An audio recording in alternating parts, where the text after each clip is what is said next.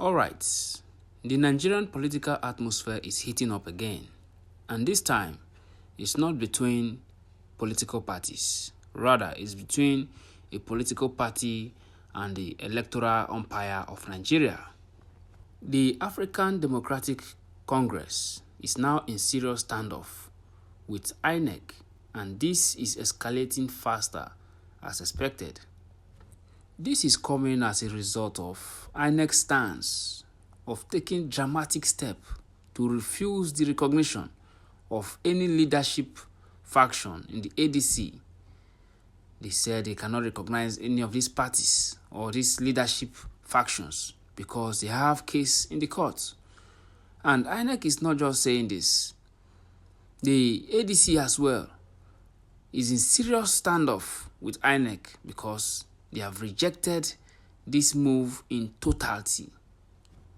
The leadership of the ADC is now accusing INEC of bias, political interference, just to weaken their political party ahead of the 2027 election. Now you may ask, who is right or wrong? Is it INEC or the ADC? Relax, let's break it down step by step for everyone to understand. Alright. To really understand what is going on, we need to go back to the roots of this whole situation. At some point in the party, different factions started emerging, trying to form alliance as to who will control the leadership structure of the party. At this point, the Senate President and his allies are about defecting to the party. So, who would face these people and bring them into the party became a problem. Then, a group brought them in and handed over the party structure to former Senate President David Mark. This now led to two factions in the party, and these factions remain still dates with court litigations and cases here and there. Once a party's leadership dispute is entered into a legal system, it stops being a party issue and becomes institutional and legal issue. This is the position they find themselves now in the ADC. Now, so many people are asking questions. Why is INEC coming in? What's their business? Why is INEC trying to meddle into the affairs of the ADC at this point?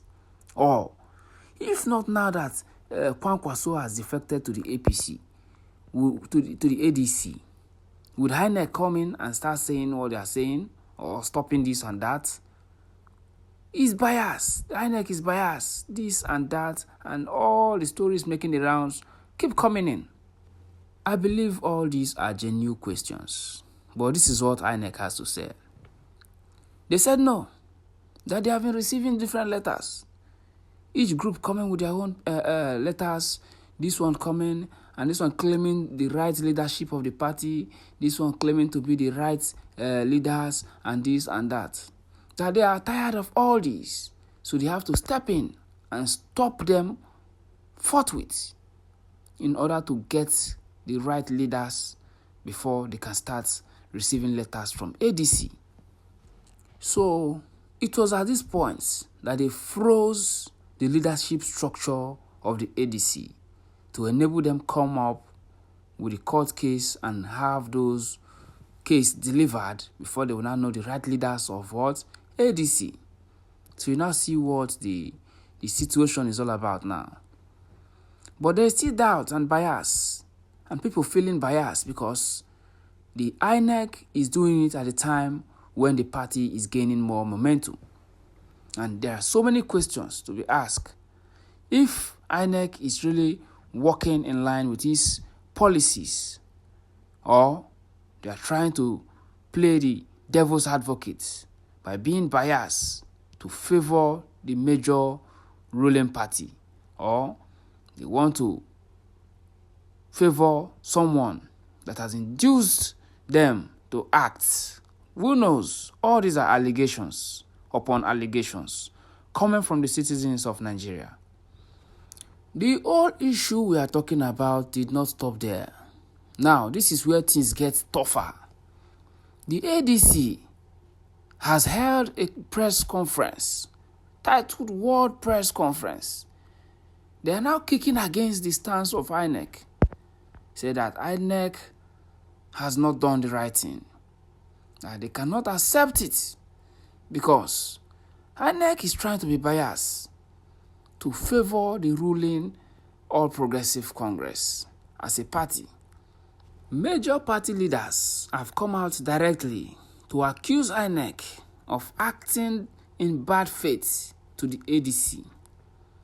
Some are accusing INEC of bias, and these are all accusation upon accusation upon accusation. While some party leaders and followers have also called for the resignation of the INEC chairman. When all these accusations and all these situations have been understudied, it raises concern about the neutrality of INEC. If INEC will be capable to organize a free and fair elections in the coming days or months. Now, let's take a listen to what the ADC press conference and the ADC chairman, former Senate President David Mark, has to say. Democracy died. Yet, in the past 3 years, we witnessed a relentless assault on these very freedoms. The agenda is very clear: to create a situation where in 2027, President Bola Ahmed Tinubu emerges as the only option left for the people. Despite the widespread suffering and wanton killings going on across the length and breadth of this country. The twin challenge of deepening poverty, worsening security situation in the country did not just happen. There are direct consequences of the failure of this government. They know that Nigerians will not want to continue. They know Nigerians will put them out. This is why they will come together under ADC to save multi-party democracy in Nigeria and rescue Nigeria from what was clearly an emerging dictatorship. We did not come to the ADC by chance. We did our due diligence. We fulfilled all the party's constitutional requirements, as well as all wider requirements under the laws that guide the management and the operation of political parties. In furtherance of this process, a NEC meeting was convened on July 29, 2025, monitored by INEC officials. One of the conclusions of that NEC meeting was the dissolution of the National Working Committee of the party and the ratification of the Caretaker Committee to take over the affairs of the party, with my humble self, David Mark, as the National Chairman, Rahul Ugbeli Adegbeshola as the National Secretary, as well as the organization. He decided to approach the court on September 2, 2025, 4 clear months after he resigned, seeking to be recognized as the chairman of the agency.